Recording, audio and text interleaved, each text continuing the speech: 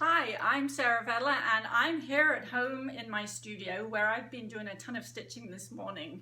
I have been compelled to share with you something that I am sure will make the biggest difference to the results you get with your embroidery machine. And so, runway look, fully made up. I just wanted to show you one really quick thing that you can do to get the best results out of your embroidery machine.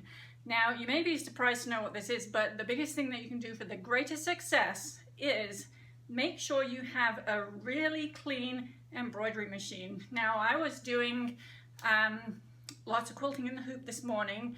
You've got thread, you've got fabric, you've got stabilizer, you've got batting. All of those combined are going to generate a ton of lint, and you really need to make sure that that lint is well and truly cleaned out of your machine so that you can start fresh on a new project. So I'm going to show you exactly how I do that, and I'm going to demonstrate using my trusted Bernina 830 machine right here. So let's take a look and see exactly what needs to be cleaned out.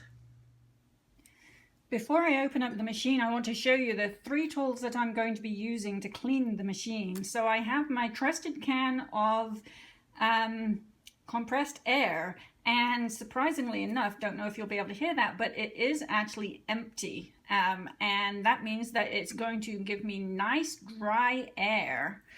I've also got my trusted paintbrush. This is a super cheap, came in a packet of about 10 of them, paintbrush from my local hobby store, and it really does a great job of picking up the lint. And I've also got my favorite pair of Bernina tweezers, which allow me to grab all the little threads that get stuck in all the wrong places.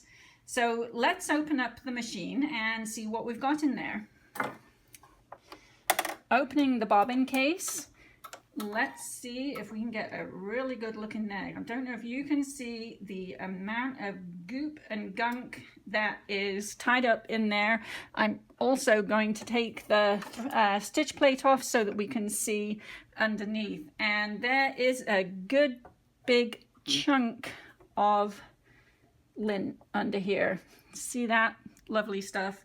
That is not going to do your embroidery machine any good. So you really want to make sure that you get rid of this stuff every single time you change the bobbin, because it will pile up, especially when you're doing quilting in the hoop. So I'm just going to get rid of that, and I'm going to take my bobbin out, set that over to the side, and then I'm going to give this a really good brush around with the paintbrush.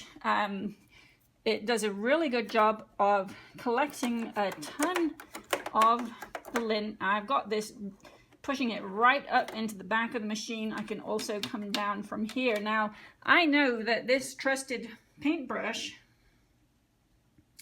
here it is, this trusted paintbrush is not going to get hold of all of the lint. So that's where my can of air comes in, and the reason I use a pretty much empty can is because I don't want to spray any wetness into the embroidery machines. So when it's empty, it actually gives you a shoot of air and it's nice and dry. So I'm going to start out a few blasts at the foot, and then making sure that I'm pointing the nozzle from the back to the front so everything flies out the front.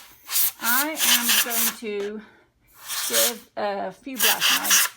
I had a little piece of lint, actually it was a really big bit of lint that was stuck on the little rock in there. And now I'm going to come and I'm going to give the bobbin housing a nice good blast. This is going to vary a little bit depending on the make and model of your machine, but really just give it a nice blast of dry air. And I think you can already see how much cleaner that is. So that's my nice clean embroidery machine, and that's one of the best things that you can do for your embroidery machine to keep it giving you great results every single time.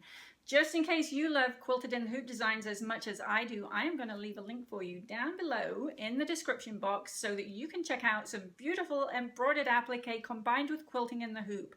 And that's going to give you many opportunities for cleaning your embroidery machine.